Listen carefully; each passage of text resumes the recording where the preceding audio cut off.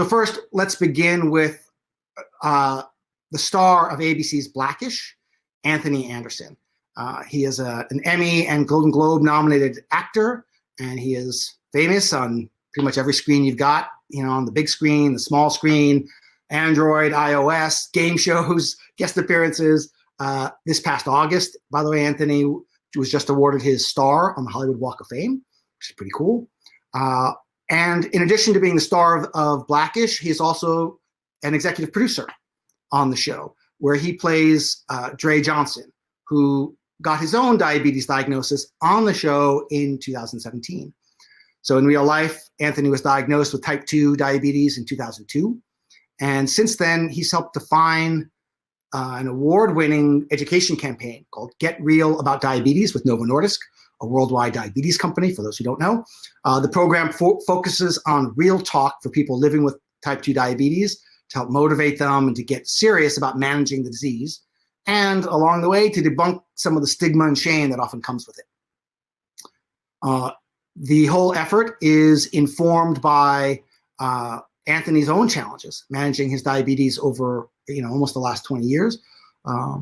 And this past April, also, the award-winning campaign was integrated into Blackish, the show, with the character Dre actually taking on the campaign at his agency. So to further raise awareness about the disease, further support education, and support all of us who live with the disease.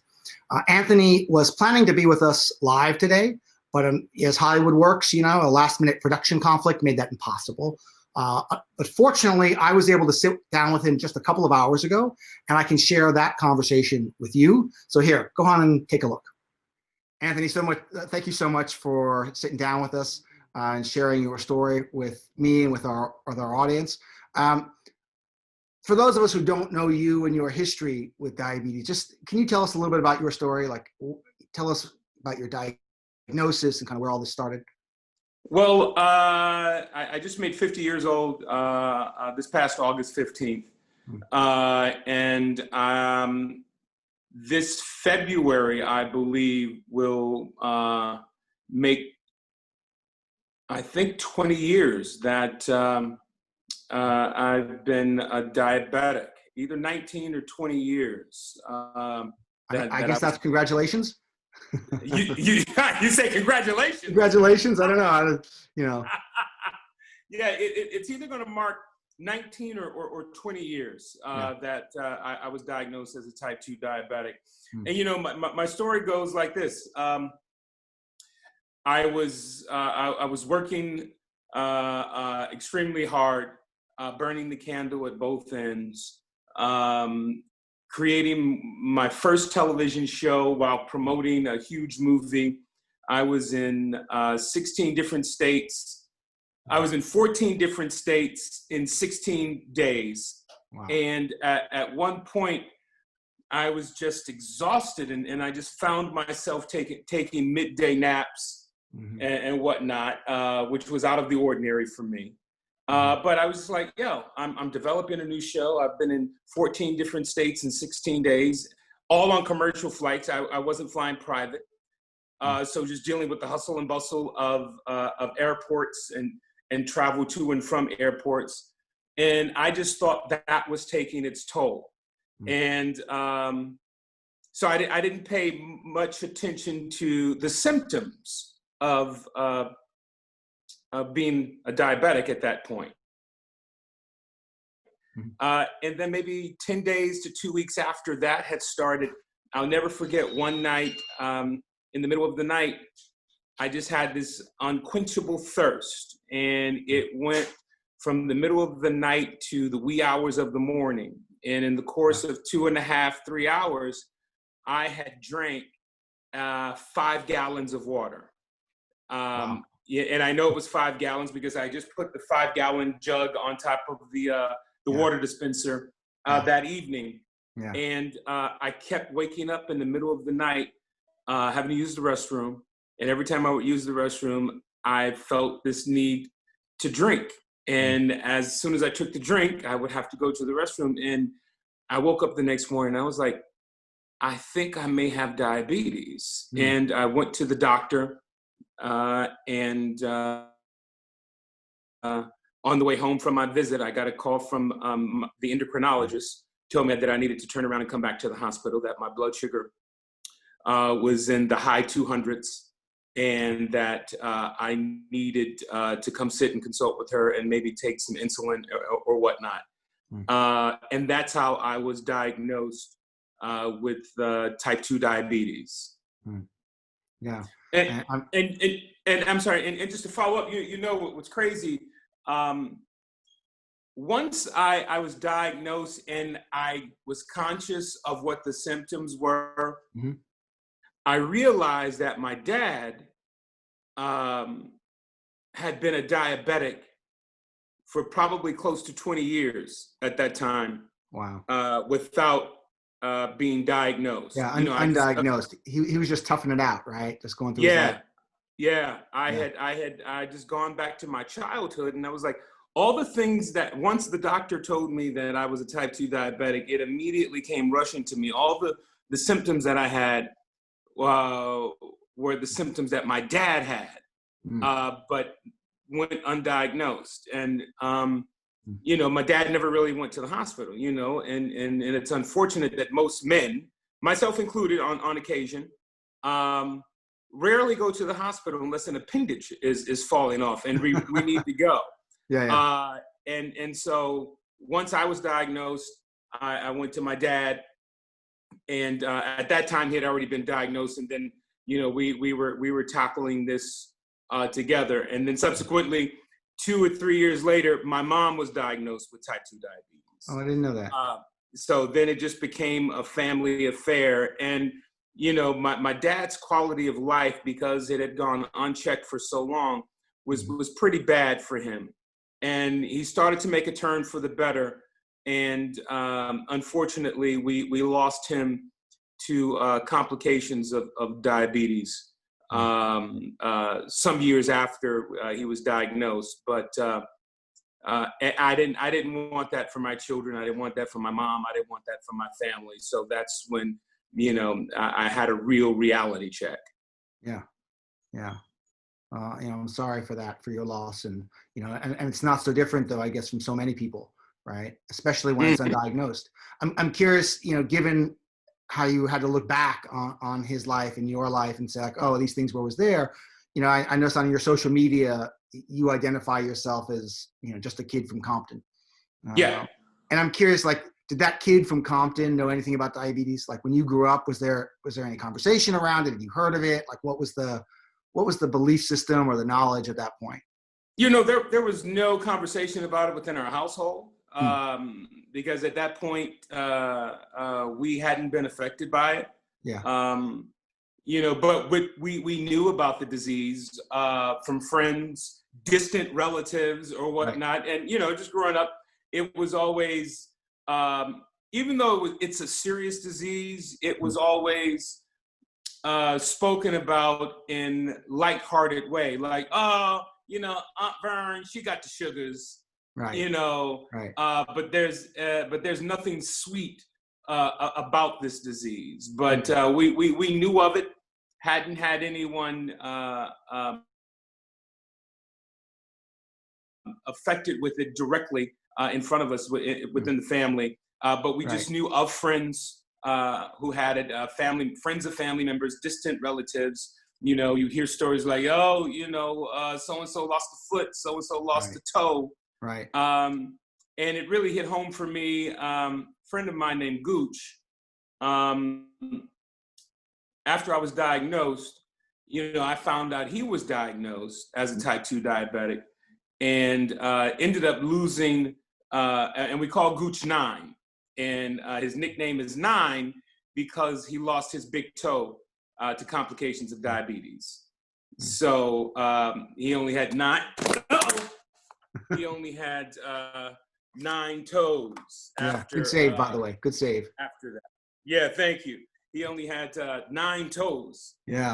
After that, so thus the nickname 9. It's interesting. Even that story, though, like, there's that sense of, like, inevitability in some way, like, oh, someone's got the sugars, and they, you know, that person, you know, you kind of make the joke, right? It becomes the nickname 9, but there is a resignation to that, right? Like, there's a belief around, like, that is course, that stuff just happens, right? Mm-hmm. And as opposed to recognizing it as a treatable disease, a disease that can be, can be challenged and managed and, tackled, right? Yeah, once I was diagnosed and knew what I needed to do, I made the choice that one, I wasn't going to die from this disease, but that I was going to live a healthy life with it. And here we are, knock on wood, 20 years later, me still being as healthy as I can be, given the fact that I am a type 2 diabetic. Yeah. But, still able to move around and do the things that I've always done, right. Without the hindrance of the disabilities that can afflict someone with this disease. Right. Right. So thinking about that, this conversation is really about stigma, right? And we think about stigma, this larger conversation of stigma of any kind really comes from, it's just stories, right? Like you and I are both in the business of stories, telling stories, understanding stories, sharing stories. But stigma means that they're stories that just aren't the whole truth. Mm-hmm. That there are these stories that aren't necessarily true, they're not necessarily accurate, but they become beliefs, right? So I'm curious, like in terms of what you thinking about that kid and the people you knew growing up, and now where you are in this movement towards keeping yourself healthy, right? And making a commitment, right? Like, I'm not going to die from this disease. Because one of the things we do know, by the way, well-controlled diabetes, as some of my doctor friends are fond of saying, well-controlled diabetes is the leading cause of nothing, right? Exactly. So, but I'm curious what you may learn new or unlearn. Were there are thoughts or beliefs that you had to shift for yourself to sort of find this mindset, to find this, this place in your life where you could be healthier? The myths that I grew up hearing is that, I talked about it jokingly and in light, but, losing a foot, losing a toe, losing your eyesight, all of those things that can happen and have happened to people with this disease who didn't manage it properly. Case in point with my father, who went undiagnosed for at least 20 years, and just how it affected his well-being. Leaking ulcers from the back of both of his calves, swollen extremities, and all of that. So all of the things that were mythical to me at one point became my reality once my father health took a turn. And so, until that was a reality for me, it was just like, I never knew anyone who lost a foot to diabetes, but you heard stories until I got older and was diagnosed, and my buddy Gooch lost his big toe. Yeah. Never knew of how it can really affect a family. Yeah.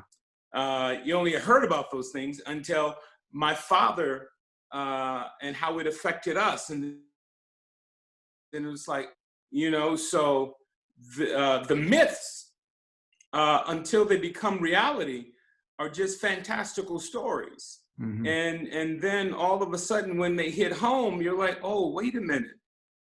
So all this was real. All this was true. All this can happen if not managed properly, if not taken care of, if not listening to what your endocrinologists and your doctors are telling you that you need to do. Right. And that last piece, right? Like that all this stuff can happen. But one of the things I've seen from you, right, from me in my life, for myself and my son, but also in Blackish, right? Where, for those who haven't seen the episode, first of all, go back and watch Blackish. But your character, Dre, is diagnosed with diabetes. And I know that's, for those keeping score, it's, episode 9, season 4. Sugar Daddy. so you chose to focus on this in a way as part of the narrative of like, yes, all this can happen. It does happen. It's real, right? But those outcomes don't have to be the same, right? What happened to Gooch doesn't have to happen to everyone.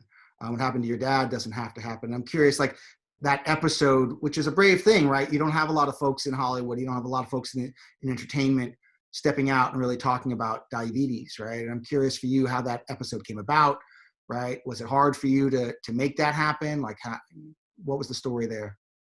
Well, how it came about is, Blackish is the stories pulled from our lives. And that's a reality of mine, being a type 2 diabetic. And, having the platform that I have, really wanting to teach, use this as a teachable moment, and spread information about this disease.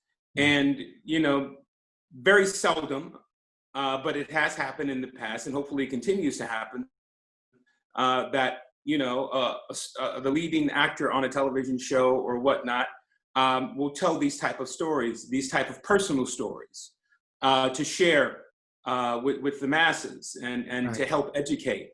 And so that's where all of this had come from. And we had made jokes about, my character Dre being a diabetic, but never knowing if it were true or not. So we took this episode and made it reality.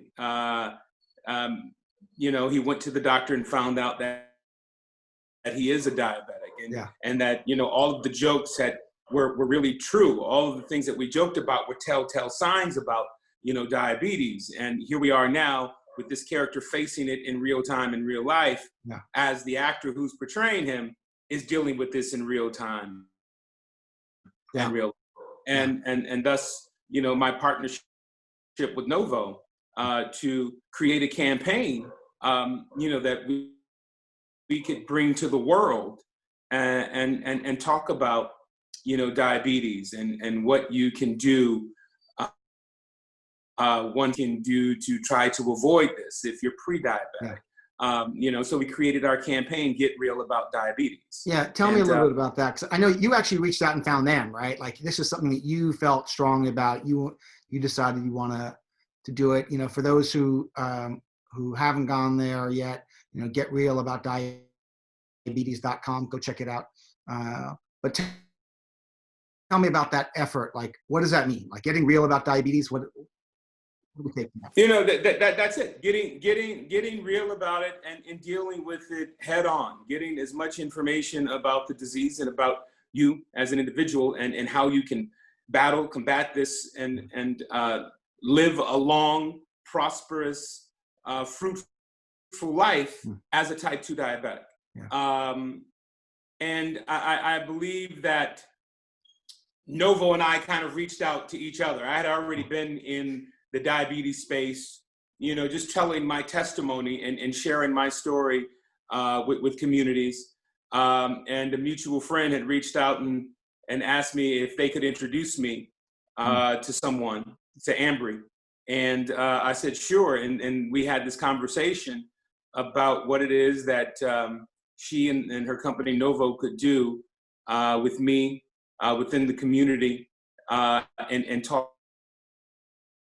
about diabetes. Again, talk about my testimony, what brought me to them, why I'm willing to share my story, and how it can, and how sharing that story can affect and help people who are facing this disease. And it's informational, it's testimonial, it's all of that. And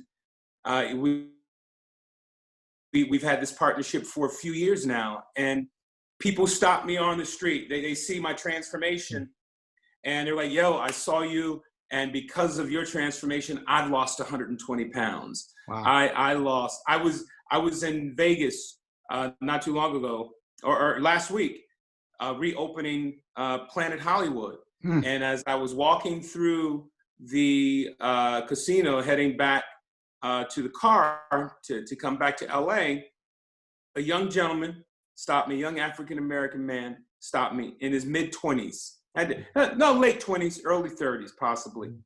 And pulled out his phone and had a before and after picture of himself and said, "Hey, Ant, I just want to let you know, man, because of you, look at me now." And he had lost 100+ pounds, man. Wow. And so that just goes to show me that what we're doing with Novo and Get Real About Diabetes and our campaign and all of that is really having an effect on the people that we want it to have an effect on or with. So that's what it's all about. That's what it's all about. In getting information and sharing my testimony and helping people to make a change in their lives for the better. Yeah. Well, let me just tell you that those of us who are in the space really watching what's going on in the diabetes space, notice the good work that you and Novo Nordisk are doing together, and I think that the real world impact is there, it is visible, and we appreciate it. I'm curious, just to close this conversation, if there's any advice you would give to our audience, to all of us, as we take on the work of like fighting diabetes and diabetes stigma, right? Fighting these beliefs, and if you have any advice for us going forward. Being diagnosed with diabetes is not a death sentence. It's not, the disease can be debilitating if you allow it to get to that point. But Novo Nordisk, as well as other pharmaceutical companies out there, have made tremendous strides in the medication that's needed to aid in reducing those risk factors that contribute to death, to amputation, to heart attacks, to strokes, and to all of that. So I just want people to know out there that it's not a death sentence being diagnosed as a type 2 diabetes. Listen to your endocrinologist, listen to your medical team about what you need to do in order to have a long life, a long, healthy life, while being a type 2 diabetic. Take heed to what they're saying. Stay on your routine with your medications. Exercise. You don't need to be a member of a gym to exercise. You can get out and run around your block, walk around your block. You can exercise in a small room in your home. Just be active. Those are things that I would give to people. And our campaign and GetRealAboutDiabetes.com is all about empowering people with information as to how to become and stay healthy. That's what I would say. It's a lifestyle change, but it's one that will work out for you in the long run. And it's not that drastic. All things are good in moderation, but you also have to be cognizant of the fact that it's like, okay, well, if I eat this slice of cake, what is it going to cost me tomorrow? Well, it's going to cost you an extra 45 minutes in the gym. It's going to cost you an extra 45 minutes on that walk or that hike or whatever it is that you're doing. That's what I would tell people. That's what I've been telling people, and I try to lead by example and show them, hey, everything that I'm asking you to do, everything that I'm saying you should do, I'm doing. And I'm a byproduct of all of that. And knock on wood, I'm still almost as healthy as I was. Actually, I'm actually healthier than what I was 20 years ago when I was first diagnosed. Because 20 years ago, I was 70 to 75 pounds heavier than what I am right now.